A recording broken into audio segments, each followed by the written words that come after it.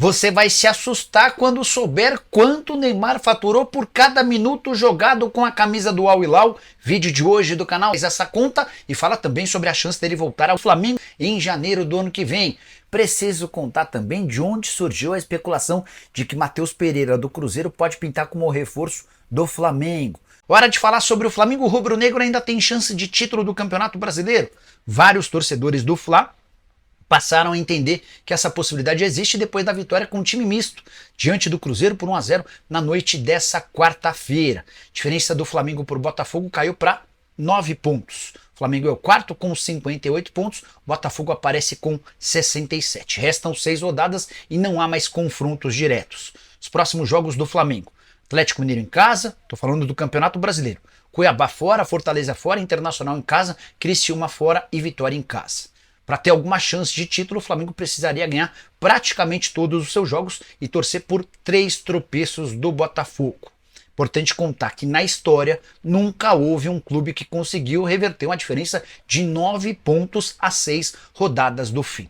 O próprio Flamengo já havia conseguido ser campeão estando a 6 pontos do líder. Isso aconteceu em 2009, quando o Palmeiras era o primeiro colocado, o Flamengo ocupava a 5ª colocação. Ou melhor, o Flamengo era o 6º. O Flamengo termina a competição tirando essa diferença de pontos em relação ao Palmeiras, se sagra campeão e o Verdão ainda cai para o 5º lugar. Mas essa diferença de 6 pontos que o Flamengo conseguiu tirar é a diferença do Palmeiras para o Botafogo.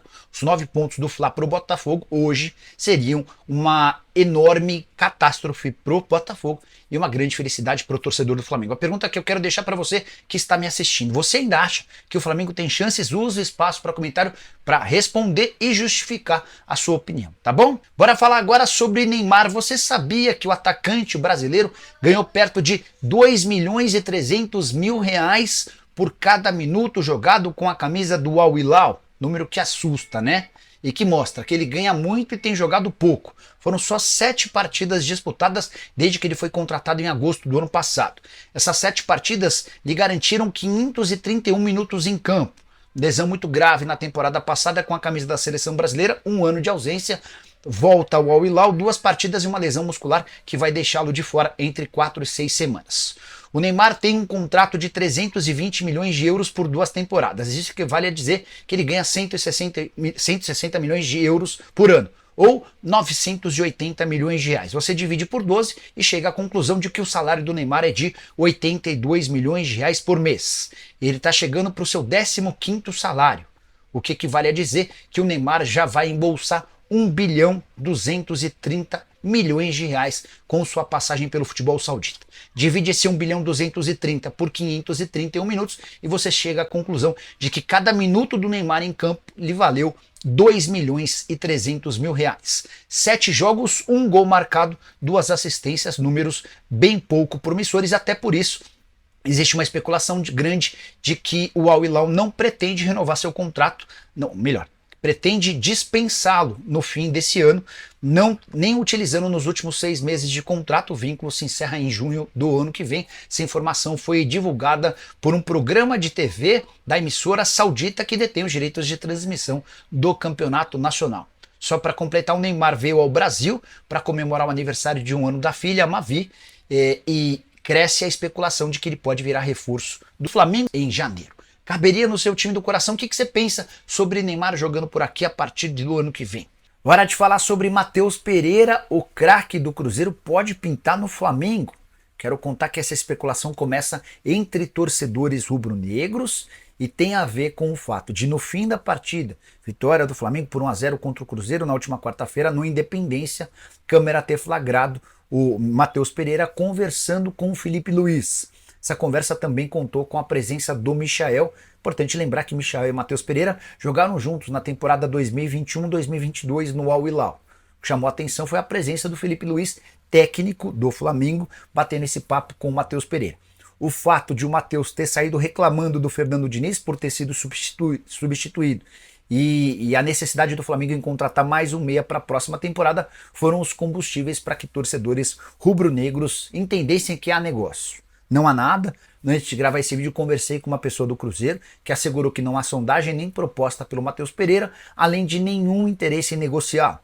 Essa pessoa ainda lembrou que o Matheus é muito cruzeirense, torcedor fanático do clube, contrato até junho de 2026. Recentemente ele foi comprado do Al Hilal e passou a ter um dos maiores salários do futebol brasileiro, acima de R$1,5 milhão por mês, dono do maior salário do atual elenco, nenhuma chance de o negócio acontecer. Se o Flamengo busca um meia, vai ter de encontrar uma outra opção no mercado. Nem estou dizendo que o Flamengo tem interesse no Matheus Pereira, tá? Mas certamente não será com o jogador do Cruzeiro que haverá negócio. Vídeo com informações do Flamengo, conseguiu uma grande vitória fora de casa diante do Cruzeiro, mesmo o Flamengo com praticamente o time reserva e o Cruzeiro com o time todo titular. O Flamengo fez um grande jogo e conseguiu 3 pontos importantíssimos fora de casa antes do duelo mais importante para o Flamengo na temporada, que é nesse domingo com o Atlético Mineiro, jogo que vai decidir a Copa do Brasil. E o Flamengo pode salvar a temporada conquistando esse título em cima da equipe mineira. No vídeo de agora vamos falar sobre 2 jogadores que podem voltar justamente para essa decisão, 2 reforços caseiros. A gente vai contar aqui. Tem também Landim dando uma declaração que chama a atenção. Bruno Spindel, diretor executivo, metendo pau na arbitragem. E também Gabigol, novamente, movimentando as redes sociais com uma publicação. Isso tudo e muito mais no vídeo de agora. Mas antes, gostaria de pedir para você se inscrever no canal, dar o like no vídeo e ativar a notificação, porque assim, toda vez que eu publicar um vídeo aqui, você será avisado pela plataforma e, consequentemente, ficará muito bem informado de tudo que acontece no Flamengo, tá? Se quiser colaborar de maneira financeira, o meu muito obrigado desde já. O Pix está aí na descrição. Também não deixe de fazer sua fezinha, sua aposta com responsabilidade e só para maiores de 18 anos lá na KTO, tá bom? Link tá aí na descrição também. Vamos para as informações. Galera, é o seguinte... A FIFA definiu data de chegada de clubes para o Super Mundial em 2025. A entidade exige que os clubes estejam nos Estados Unidos entre 3 e 5 dias antes da estreia. O Mundial está previsto para começar no dia 15 de junho. Ou seja, os clubes teriam que chegar pelo menos no dia 12 do mês. Palmeiras, Flamengo e Fluminense já estão confirmados.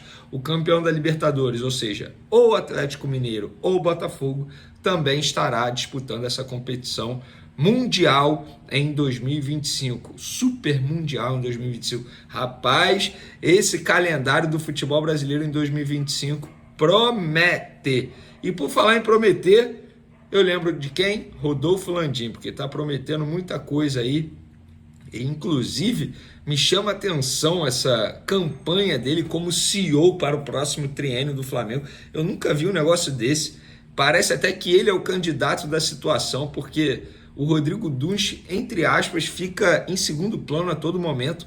E o Rodolfo Landim é quem dá mais entrevista. O Dunst, que é o candidato da situação, pouco aparece. E o Landim, ele deu mais uma entrevista dessa vez para o podcast do Benja, o Benjamin, jornalista.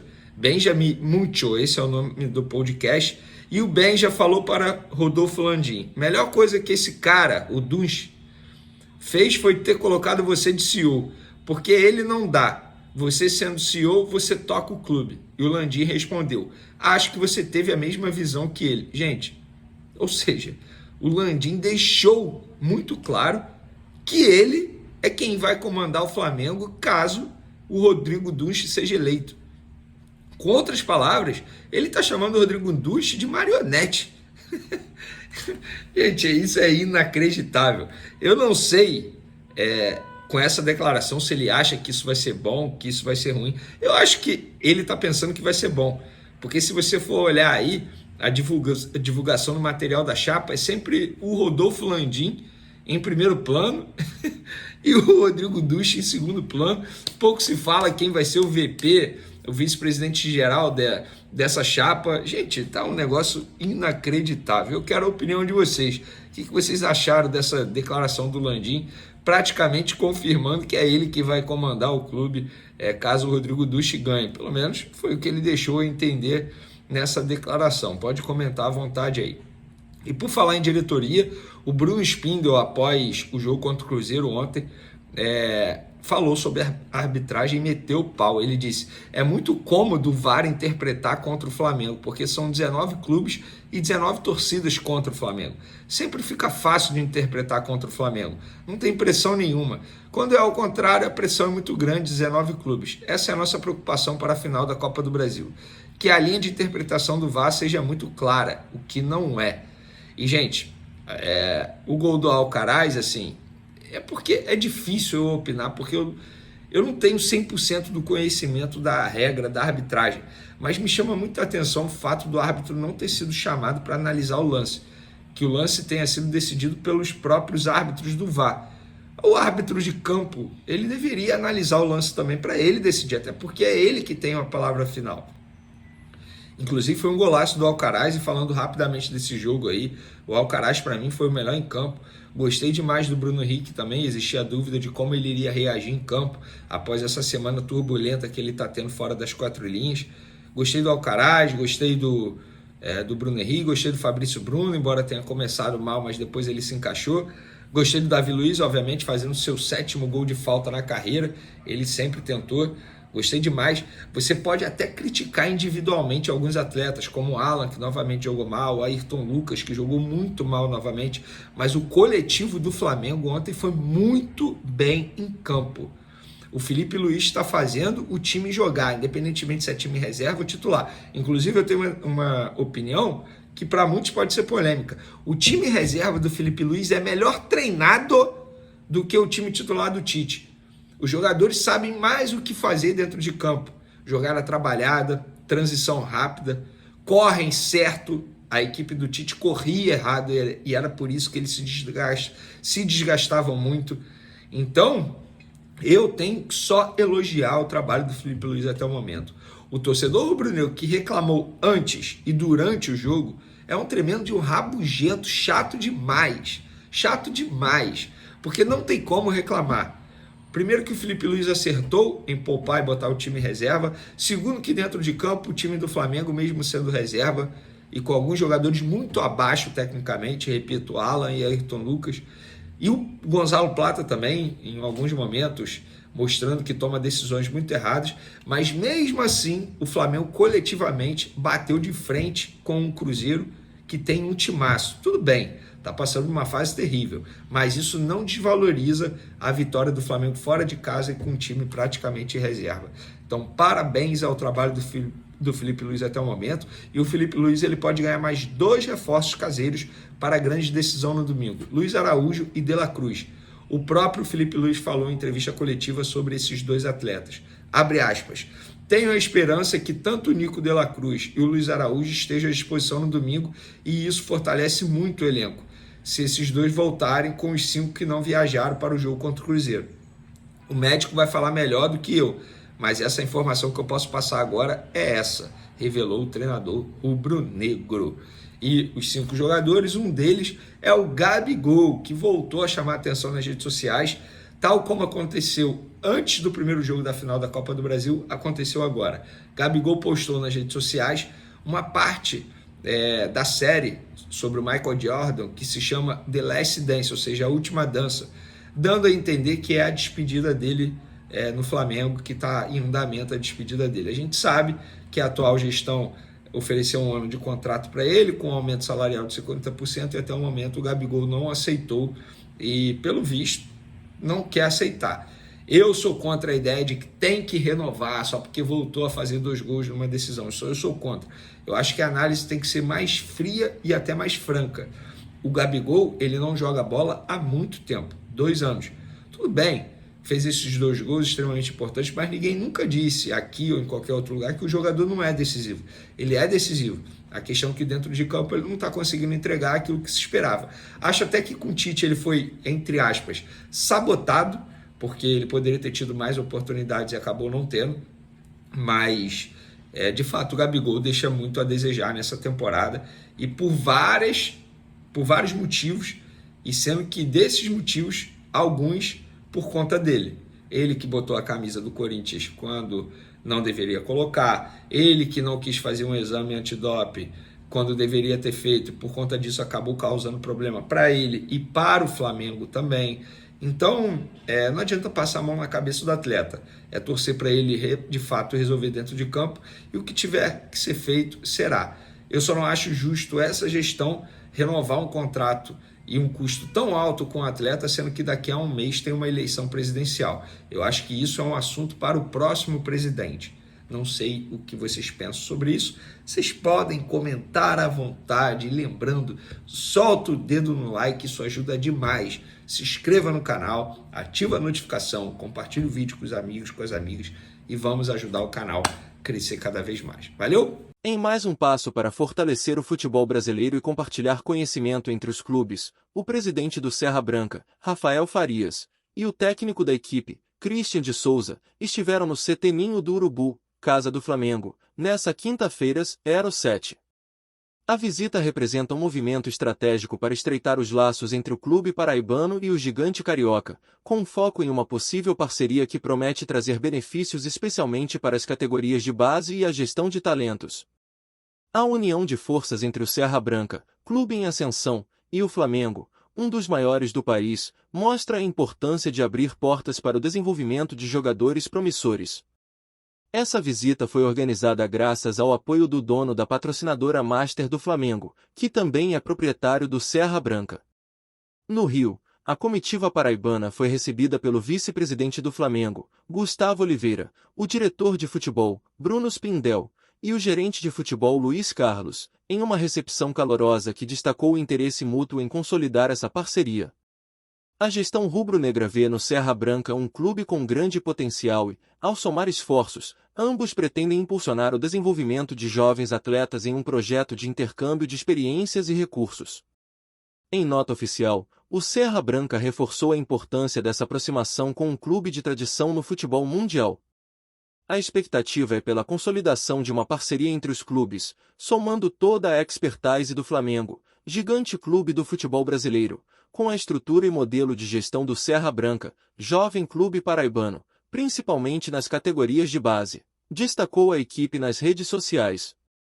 Esse projeto almeja reforçar a estrutura do Serra Branca, que já se destaca na região, com o know-how de um clube vencedor como o Flamengo, que domina o cenário esportivo nacional e internacional. Vale lembrar que essa troca entre os clubes não é de hoje. Em junho deste ano, o presidente do Flamengo, Rodolfo Landim, visitou o CT Erasmo Alves Ribeiro, sede do Serra Branca em Campina Grande, Paraíba. Na ocasião, Landim elogiou as instalações do Carcará do Cariri e se mostrou impressionado com o potencial de crescimento do clube. Agora, com essa nova visita, a intenção é que os dois clubes formalizem um intercâmbio sólido, que possa beneficiar tanto o Flamengo, sempre em busca de revelar novos talentos, quanto o Serra Branca, que terá a oportunidade de crescer e se consolidar ainda mais no futebol paraibano e nacional.